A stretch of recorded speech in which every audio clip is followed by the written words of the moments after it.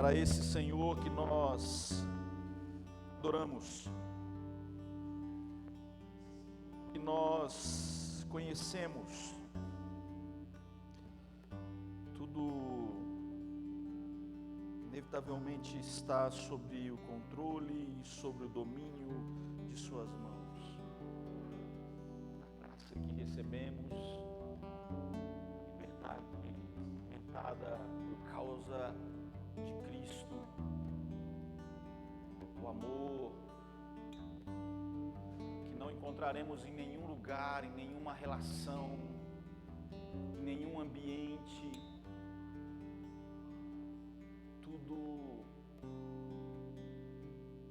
acontece, tudo existe, tudo se sustenta por causa dele.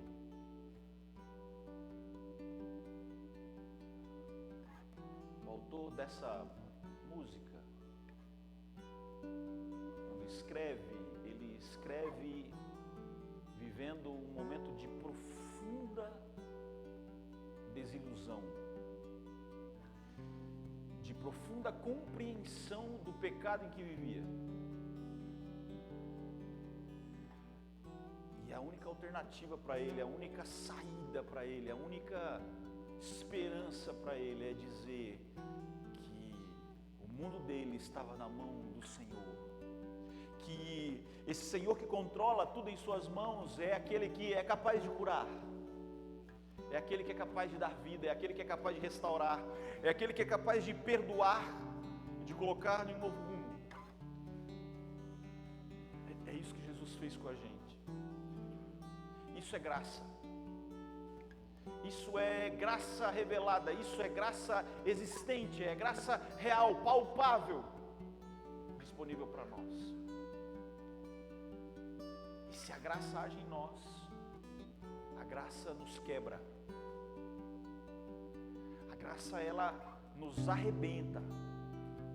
E ela faz isso não porque ela é dura demais, não ela é muito exigente, não é porque, para que a graça se torne realidade em nós, aquilo que éramos precisa desaparecer, precisa morrer. O apóstolo Paulo vai muitas vezes dizer assim: matem a velha natureza de vocês, matem o velho homem, matem aquilo que vocês eram, porque agora em vocês habita o Espírito, que agora em vocês habita Cristo. A graça deve nos quebrar. E se isso ainda não foi entendido, que o Espírito Santo nos permita isso hoje, em nome de Jesus. Pai Santo, fala com a gente, quebrantando os nossos corações, nos despertando, ó Deus, para ouvirmos a Tua palavra, para sermos profundamente impactados por ela, por mais simples que seja, por mais objetiva que seja, que eu, Senhor, e que cada um dos nossos irmãos aqui, aqueles que podem estar aqui, aqueles que querem estar aqui, desejem profundamente ser cheios por essa palavra. Aqueles que ainda ouvirão, aqueles que ainda verão essa mensagem, que o façam com corações abertos a Ti. Em nome de Jesus, Senhor, pelo Teu Espírito Santo, fala com a gente, é o que nós te pedimos. Amém, Senhor. Amém, Jesus. Amém. Pode sentar, irmão. Graças sejam dadas ao Senhor Jesus. Graça quebranta.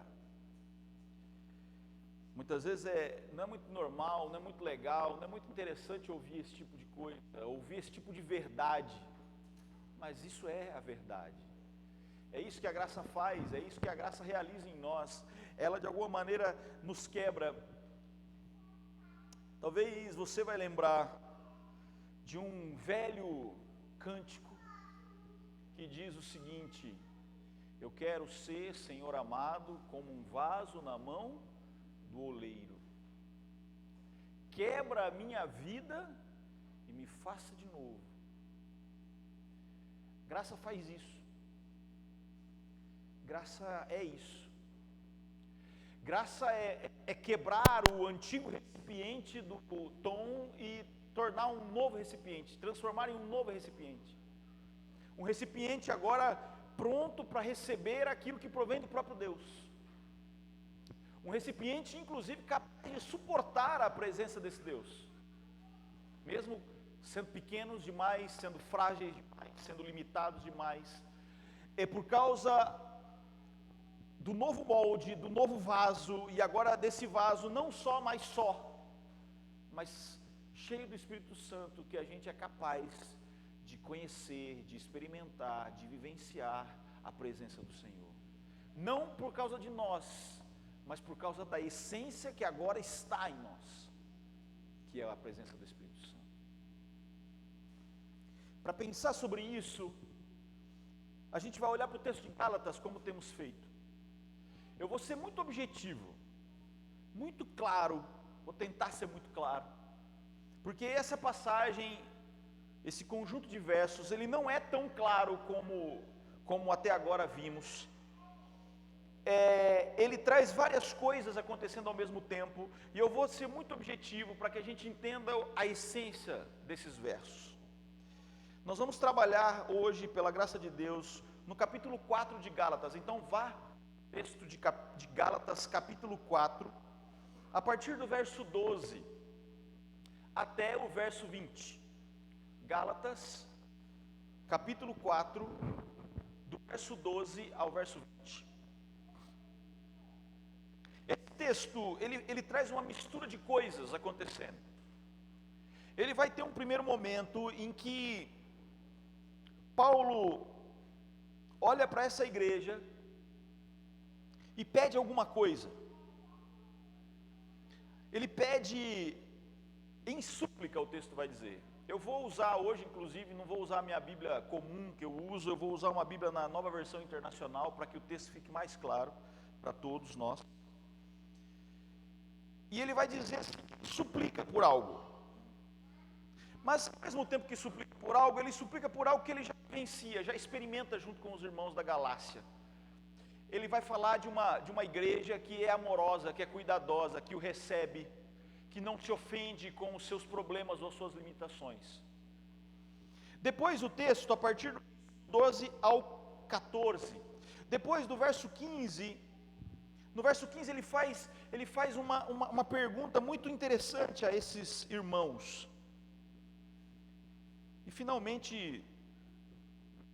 no verso 16 até o verso 18, ele vai falar sobre uma coisa que o preocupa. Mas antes da gente olhar para esses versos, eu gostaria de começar pelo fim. Então vá para o verso 20. O verso 20 começa com uma palavra de Paulo muito interessante.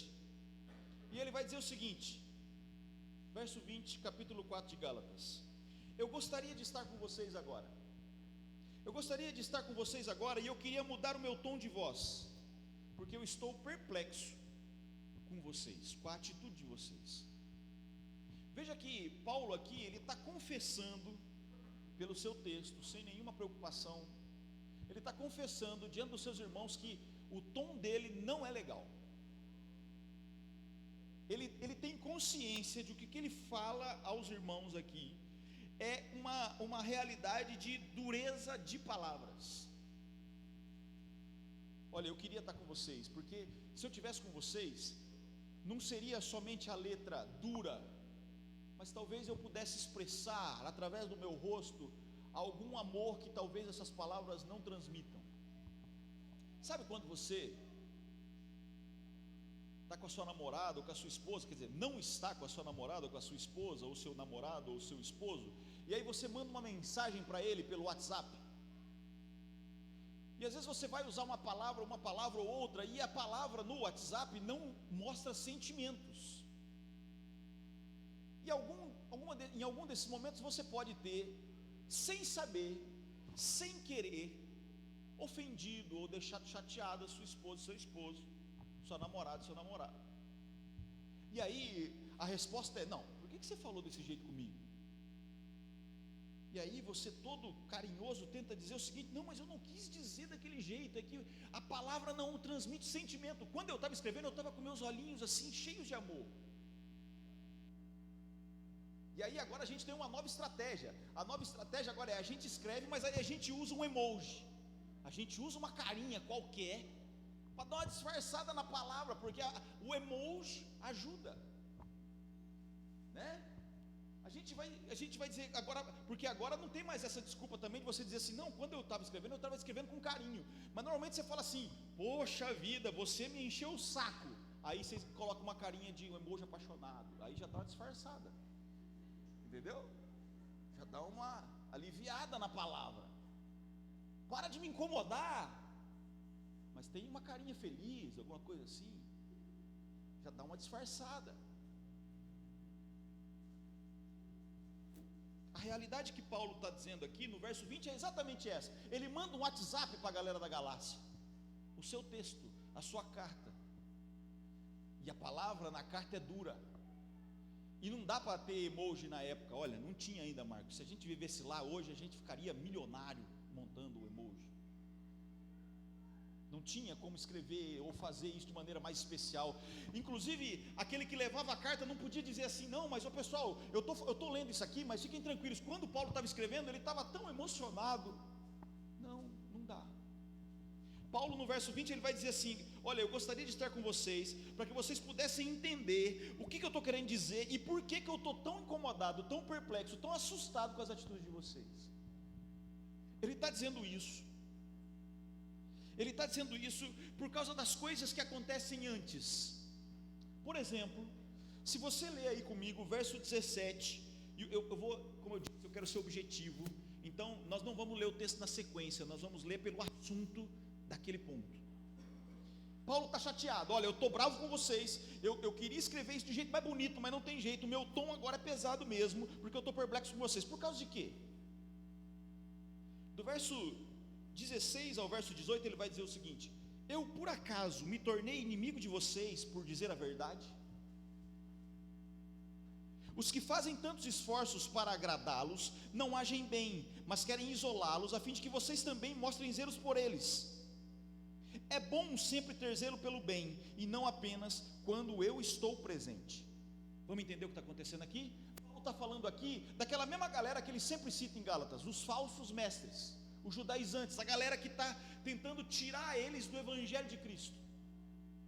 E aí ele está dizendo o seguinte: cara, o que eu disse para vocês, e eu começo essa carta dizendo: eu só falei para vocês do evangelho de Cristo, e tudo que eu disse para vocês é verdade. E aí a pergunta que Paulo faz é: cara, mas eu me tornei inimigo de vocês por dizer a verdade? É por dizer a verdade que vocês estão chateados comigo? É por dizer a verdade que vocês estão me esnobando, me isolando, me deixando de lado? É por dizer a verdade. Sabe quando a gente tem esse tipo de conversa com algum amigo, e aí a gente fala as verdades para esse amigo com todo amor, com todo carinho, mas esse amigo não entende e não fica feliz em ouvir a verdade? Poxa, o que você gostaria de ouvir de mim? Você gostaria que eu mentisse para você? Você gostaria que eu fingisse para você? Você gostaria que eu deixasse você cair no buraco de uma vez por todas? É por te amar que eu te digo a verdade. E Paulo está dizendo: eu me tornei inimigo por dizer a verdade a vocês? Eu sou diferente desses caras. É o que ele está dizendo no verso 17. Eu sou diferente desses caras, porque esses caras, eles fazem esforço para agradá-los.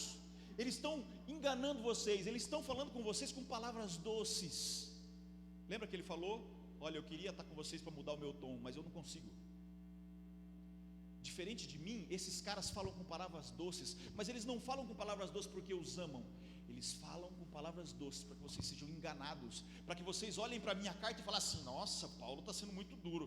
O cara judaizante aqui foi mais legal, ele falou mais suave comigo, ele demonstrou amor por mim, ele demonstrou que eu posso ser uma pessoa especial nesse processo de conversão da Galácia. Enfim, o que ele está dizendo é: eu não sou como eles, eu não agrado vocês para que vocês possam se sentir amados, e na verdade vocês estão sendo destruídos, levados para um lugar que vocês não devem ir. Sejam zelosos, saibam que aquilo que eu digo para vocês é o que diz no verso 18: sejam zelosos, aquilo que eu digo para vocês, eu digo porque eu os amo. Estão entendendo o que está acontecendo aqui? Lembra que eu falei, esse texto, ele fala várias coisas, mas eu quero que seja muito claro para vocês, meus irmãos. Verso 20: eu queria falar diferente, mas eu não consigo. Por quê? Porque vocês têm deixado a verdade que os salva para ouvir a esses caras que falam com lábia, com muito amorzinho, mas estão levando vocês à perdição. É por isso que Paulo fala isso. Além disso, se a gente lembrar do que a gente já estudou para trás, a gente vai ver que lá em Gálatas 1, capítulo 6, 7, Paulo vai falar assim, cara, por que vocês abandonaram tão rapidamente aquilo que vocês aprenderam? Lembram? A gente estudou isso já. Por que vocês abandonaram tão rapidamente aquilo que vocês aprenderam? Não é possível que aquilo que vocês receberam pela graça de Cristo, vocês estão abandonando. Ele diz isso no verso 6, 7 do capítulo 1. Ele também vai dizer, no capítulo 3, verso 1, ele vai dizer assim, ó Gálatas insensatos, quem vos enfeitiçou? Quem maquiou tudo isso aqui, a verdade para vocês estão aceitando? Paulo é objetivo, ele vai dizer, como estudamos ontem com o pastor Elias, ele vai dizer no verso 11 do capítulo 4, eu tenho pensado que os meus esforços estão sendo em vão, porque eu estou falando para vocês, e vocês estão caindo na lábia desses caras. Estão entendendo, meus irmãos? Estão entendendo aqui? Então ele fala no verso 20, olha, eu queria mudar meu tom, porque eu estou vendo o que vocês estão fazendo, eu estou vendo que vocês estão aceitando, eu estou vendo que vocês estão caindo nessa armadilha, mesmo depois de eu apresentar a vocês a verdade. É isso que Paulo está dizendo no verso 20. Por isso, ele agora deseja tocar o coração desses irmãos, para que eles mudem de percepção. E aí a gente vai para o verso 12. Verso 12, capítulo 4, ele vai dizer, irmãos, eu suplico a vocês, que vocês se tornem como eu, pois eu me tornei como vocês. Em nada vocês me ofenderam. Como sabem, verso 13, foi por causa de uma doença que preguei o evangelho pela primeira vez a vocês. Embora a minha doença tenha sido uma provação, vocês não me trataram com desprezo ou com desdém. Ao contrário, me receberam como se eu fosse um anjo de Deus, como o próprio Cristo Jesus. Cara, Paulo, ele começa essa parte do texto dizendo, puxa, eu suplico a vocês, eu estou implorando a vocês, que vocês me ouçam, e que vocês voltem para mim, que vocês voltem a olhar para a minha palavra. É por isso que ele vai dizer assim, por favor, se tornem como eu, porque eu me tornei como vocês. Sabe o que está acontecendo aqui, irmãos? Quando Paulo diz isso, basta a gente lembrar, quem era Paulo? Paulo era judeu, da tribo de Benjamim. Paulo era fariseu. Paulo era completamente praticante das leis, conhecia todas, tinha autoridade inclusive para submeter as pessoas à obediência dessas leis. Ele era o privilegiado. Se a gente olhar para o Antigo Testamento, Paulo era o povo de Deus, o escolhido. Ele fazia parte da galera escolhida, ele fazia parte dos judeus, ele era aqueles que eram separados por Deus para ser seu povo. É isso que Paulo está dizendo aqui. Eu abandonei tudo por causa de vocês. Eu deixei quem eu era para ser como vocês. Sabe o que Paulo está dizendo? Eu deixei o privilégio de ser judeu, eu deixei a bênção de ser fariseu, para me tornar gentio como vocês.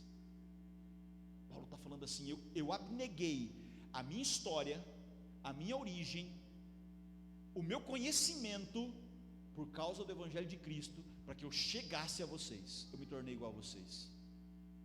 Então sejam como eu, vivam como eu, abandonem as coisas que esses caras estão querendo trazer de volta para vocês, como eu fiz, porque tudo isso que eles estão falando para vocês fazerem, eu fazia. Aliás, se a gente lembrar do texto, o texto vai dizer para a gente lá em muitos momentos, principalmente no texto de Coríntios, Paulo vai dizer assim, cara, se tinha alguém zeloso, era eu. Tudo isso aí, isso eu já fazia desde pequeno. Paulo está dizendo assim, eu abandonei tudo isso por causa de Cristo, porque eu vi que Cristo, a graça em Cristo, era libertadora dessas cerimônias, dessas regras, que agora eles querem colocar sobre vocês. Tem mais, ele vai dizer assim, ele quer trazer à memória deles aquilo que Paulo vivenciou com eles. Se vocês olharem no verso 13, Paulo vai dizer o seguinte, quando eu cheguei a vocês, quando eu fui pregar o evangelho a vocês, eu cheguei porque eu fiquei doente. É interessante olhar para esse texto, aliás, porque aqui muitos Muitos estudiosos vão falar sobre a questão do espinho da carne, aquele espinho que aparece lá em 2 Coríntios 12, se eu não me engano, verso 7. Paulo vai falar do espinho da carne, aquilo que o manteve sempre atento à sua dependência de Deus. Alguns outros historiadores vão dizer que, na verdade, o que aconteceu com Paulo aqui é que na região da Galácia onde ele prega, essa região ali na Pifídia, se eu não me engano, era uma região mais alta. Enquanto que quando ele começa a sua viagem, ele começa pela região litorânea da Galácia. E na região litorânea tinha os pântanos. E nos pântanos haviam muitos mosquitos. E qual era a consequência de andar por ali? Malária. Então Paulo pega a malária e vai à parte agora alta para se curar, para não ficar sempre vivendo naquele ciclo de pegar malária, passar e pegar de novo, passar e pegar de novo, passar e pegar de novo, porque ele estava ficando cada vez mais fraco por conta da doença. Então ele sai e sobe a região da Pifídia, e ele vai dizer assim: eu estou aqui, cheguei aqui, e aqui eu não me calo, por mais que eu esteja doente, por mais que eu esteja fraco, por mais que eu esteja frágil, eu não sou inativo, eu prego o Evangelho. Por mais que eu esteja fraco no meu corpo, a minha boca pode se abrir para falar desse Evangelho. Então eu cheguei aqui e preguei para vocês, porque fiquei doente, eu vim para cá, e por causa de tudo isso, o Evangelho chegou até vocês. Lembre-se, levando aqui para um outro texto, o texto de Filipenses no capítulo 1 ou capítulo 2, se eu não estiver enganado, é um dos dois com certeza, mas eu não sei certo para não falar bobagem. Paulo vai dizer assim: tudo que me aconteceu para que o Evangelho de Cristo fosse pregado, inclusive as suas doenças, inclusive os seus naufrágios, inclusive as suas prisões. Então Paulo, ele vai dizer com muita clareza assim: olha, lembrem-se que eu deixei tudo por causa de vocês. Lembrem-se que eu cheguei aqui doente, mas eu não deixei de falar do Evangelho para vocês. Lembrem-se, e é o que ele vai dizer por fim no verso 14: vocês não me abandonaram, vocês não sentiram de mim asco, vocês não me desprezaram, vocês não me deram desdém porque eu estava doente. Aqui alguns também historiadores vão dizer o seguinte, que o fato de Paulo estar doente trazia nele uma percepção, uma visão muito desagradável, que seu rosto ficava abatido demais. E o judeu tem um negócio muito forte em si com relação às doenças. Ele sempre vai entender, pelo menos a maioria deles, vão entender que se alguém está doente, passa por algo, ou tem alguma deficiência, isso é consequência dos pecados, ou dele ou dos pais. Ele herdou a doença, isso é uma punição. Então havia, por exemplo, com naturalidade, se o judeu chegasse perto de alguém doente, de um aleijado, de um epilético, de um cara com malária, de alguém que fosse sofresse de lepra, ele chegava próximo e ele cuspia no chão, para demonstrar o seu asco, o seu desprezo por aquele que era doente. E Paulo vai dizer isso: eu cheguei aqui doente, eu cheguei aqui com a cara feia, eu cheguei aqui mal, e vocês não fizeram isso. O texto desprezo aqui, o texto desdém, tem exatamente essa origem: cuspir no chão. Vocês não fizeram isso comigo, vocês me receberam, vocês me amaram e vocês cuidaram de mim.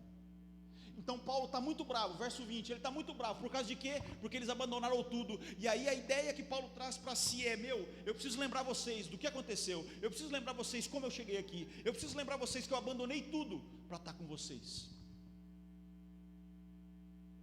Verso 15, Paulo vai fazer uma pergunta muito interessante: o que aconteceu com a alegria de vocês? O que aconteceu com a exultação de vocês, em algumas versões? Sabe por que Paulo faz isso? E é interessante essa pergunta aqui, sabe por quê? Porque a gente vai dizer com muita tranquilidade que Gálatas, Filipenses, aquelas cartas ali que estão muito próximas e foram escritas quase no mesmo momento, são cartas de alegria, de felicidade, que demonstram a alegria e a felicidade de Paulo de levar o Evangelho a essas pessoas. O que aconteceu com a alegria de vocês? Porque o texto vai continuar no verso 15: porque eu tenho certeza que, se fosse possível, vocês teriam arrancado os seus próprios olhos para me dar. Ele está dizendo assim: cara, quando eu cheguei aqui, eu estava muito mal, eu estava muito feio, eu abandonei tudo por causa de vocês, eu fiz tudo isso por causa de vocês, e vocês me amaram, vocês me aceitaram, vocês não cuspiram no chão em desprezo por mim, muito pelo contrário, vocês fizeram tudo por mim, inclusive, se eu tivesse pedido, vocês teriam arrancado seus olhos para me dar. Essa é uma outra questão de doença também. Alguns historiadores vão dizer que por conta da aparição de Jesus a Paulo ali no caminho de Damasco, ele ficou para sempre com problemas nos olhos. Se você olhar para o texto da carta de Gálatas, inclusive no capítulo 6, ele vai dizer assim: olha, preste atenção quão grandes eram as letras que eu escrevi para vocês. Ele tem problema nos olhos. Quando ele escreve, quando o ato está acabando, o texto do livro de Atos está acabando, ele fala com o sacerdote, ele está escrevendo com o sacerdote, e o texto vai dizer que ele não reconhece o sacerdote que está na sua frente. Seus olhos não eram muito bons. Paulo está trazendo a memória desses irmãos da Galácia que eles o amavam de maneira profunda. Eu amo, eu sei que vocês me amam. Então voltem a viver aquilo que vocês aprenderam, voltem a ser aquilo que vocês foram, voltem a viver aquilo que eu ensinei vocês a viver, voltem a ser como eu, porque eu fiz tudo para ser como vocês. Voltem.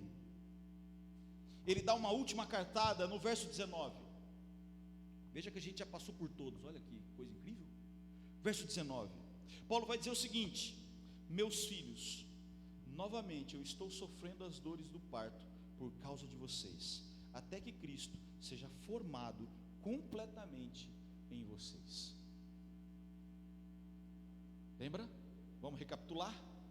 Verso 20, eu queria mudar meu tom, eu queria estar com vocês, eu estou bravo com vocês, eu estou perplexo com vocês, por causa de quê? Porque vocês têm caído na lábia desses caras, vocês têm ouvidos desses caras que estão levando vocês à perdição, vocês são aqueles insensatos que rapidamente deixaram o evangelho que aprenderam. Eu estou chateado, eu estou bravo, eu estou decepcionado, eu estou frustrado com vocês, eu não quero isso para vocês. Sabe por quê? Porque no começo do verso 12, porque eu me fiz como vocês, eu abandonei a minha vida, eu abandonei a minha história, eu abandonei o que eu era, para ser gentil como vocês, para mostrar a vocês o amor que eu recebi do Pai. Vocês me receberam com tanto amor, porque o evangelho que vocês receberam é esse amor, essa graça revelada por causa de Cristo.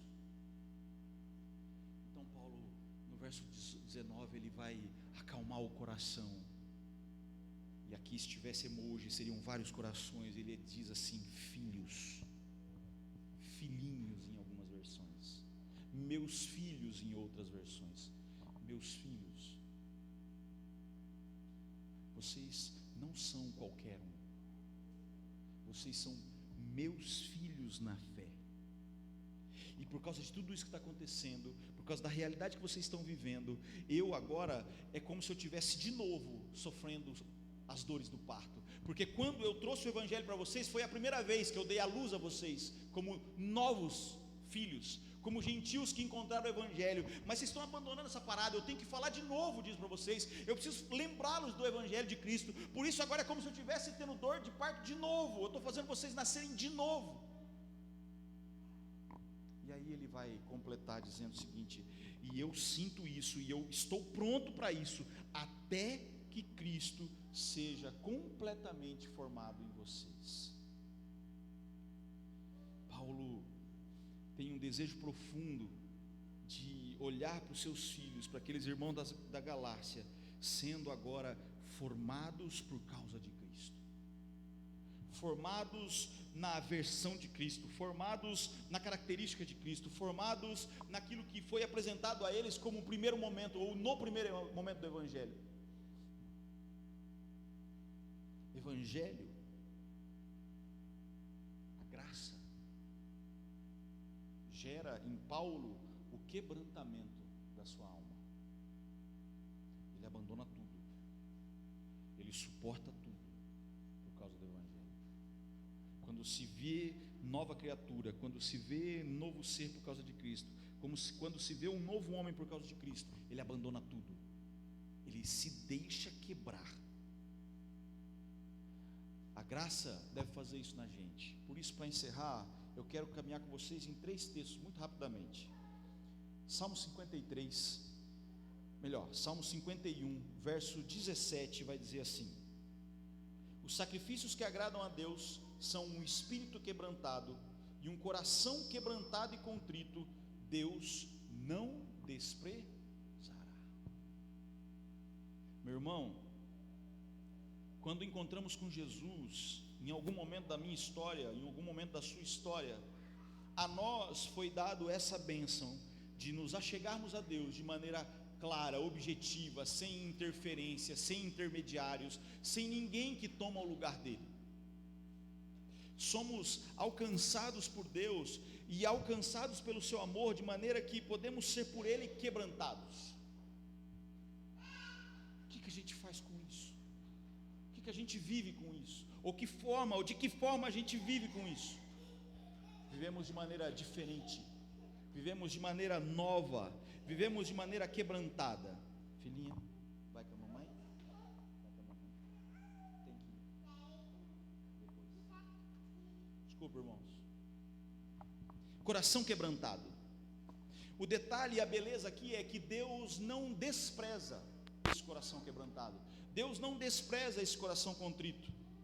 Mais ainda, no texto de Ezequiel, capítulo 36, o Senhor vai nos dar outra realidade a respeito disso. Ele vai dizer o seguinte: olha, quando vocês encontrarem com a graça, quando vocês forem envolvidos pela graça, Ezequiel, verso 33, a partir do verso, capítulo 36, a partir do verso 25, vai dizer: eu aspergirei água pura sobre vocês, e vocês ficarão puros. Eu os purificarei de todas as suas impurezas. Eu darei a vocês um novo coração, eu porei em vocês um novo espírito, eu tirarei de vocês o coração de pedra, e em troca darei um coração de carne, e eu porei o meu espírito em vocês. Ezequiel, capítulo 36, verso 25 a 27.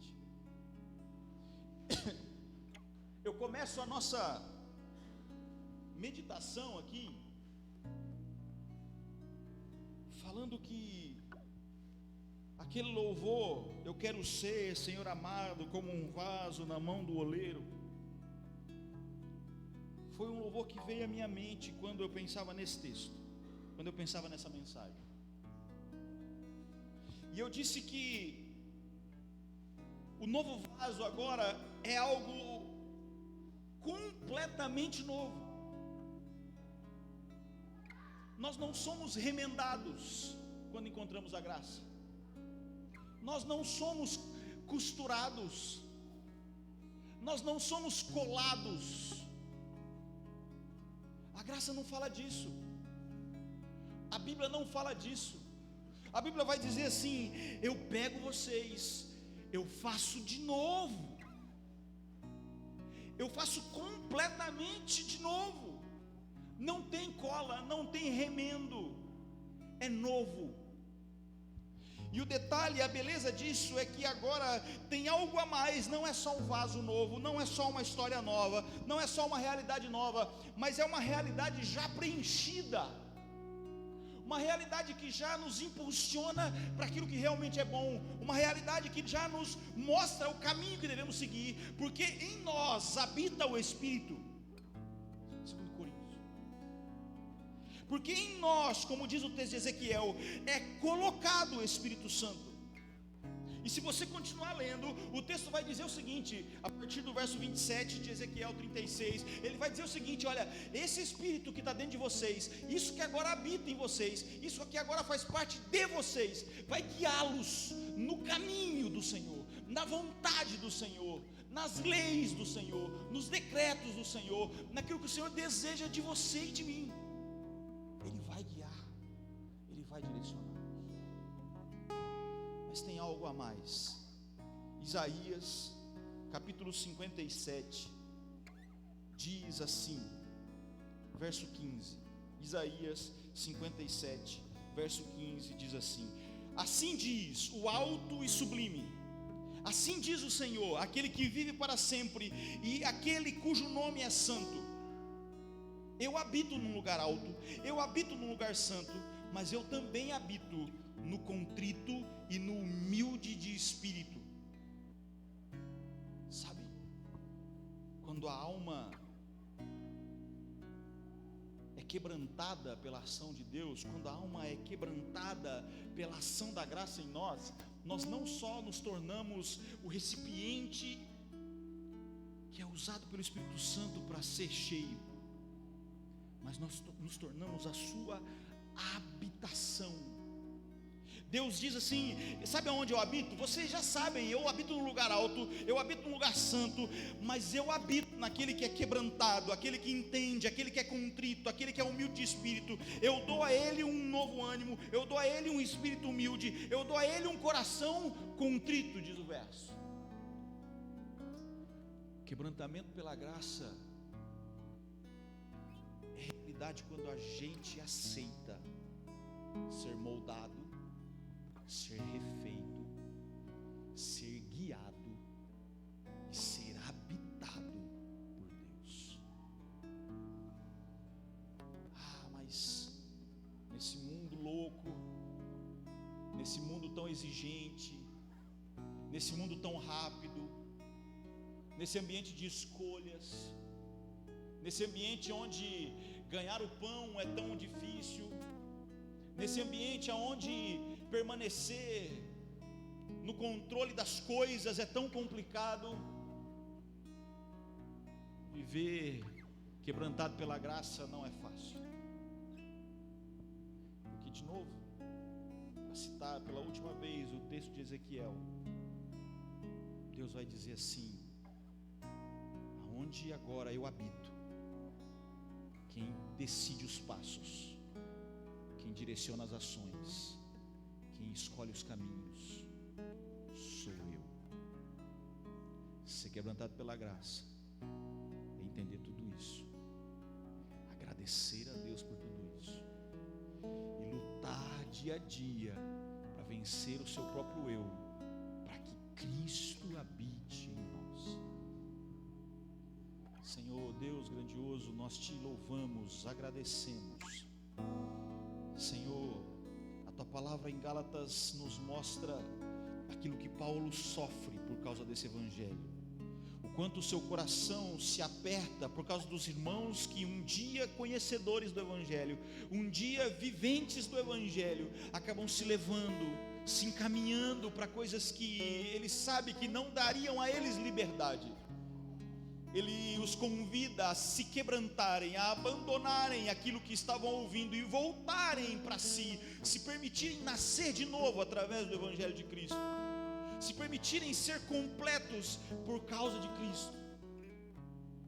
Deus, quando a gente olha para isso, a gente entende que é difícil aceitar sermos quebrantados, porque aceitar ser quebrantado é deixar que o Senhor nos arrebente e tire de nós os valores que antes achávamos que tínhamos, as morais, as éticas, as decisões, as concepções, as certezas, que tudo isso seja abandonado para que tudo seja refeito, redirecionado, reestruturado pela tua vontade, pela tua palavra, pelo teu amor, por aquilo que o Senhor é habitando em nós. Deus, em nome de Jesus, nos dê graça para entender, nos dê graça para aceitar, nos dê graça para lutarmos contra nós mesmos, para que sejamos sim esse coração quebrantado, esse coração contrito, que o Senhor nunca negará, para que sejamos sim esse ambiente, para que tu faça morada, Senhor, habita em nós, quebra-nos, Senhor, pelo nome de Jesus nós pedimos, amém, Senhor.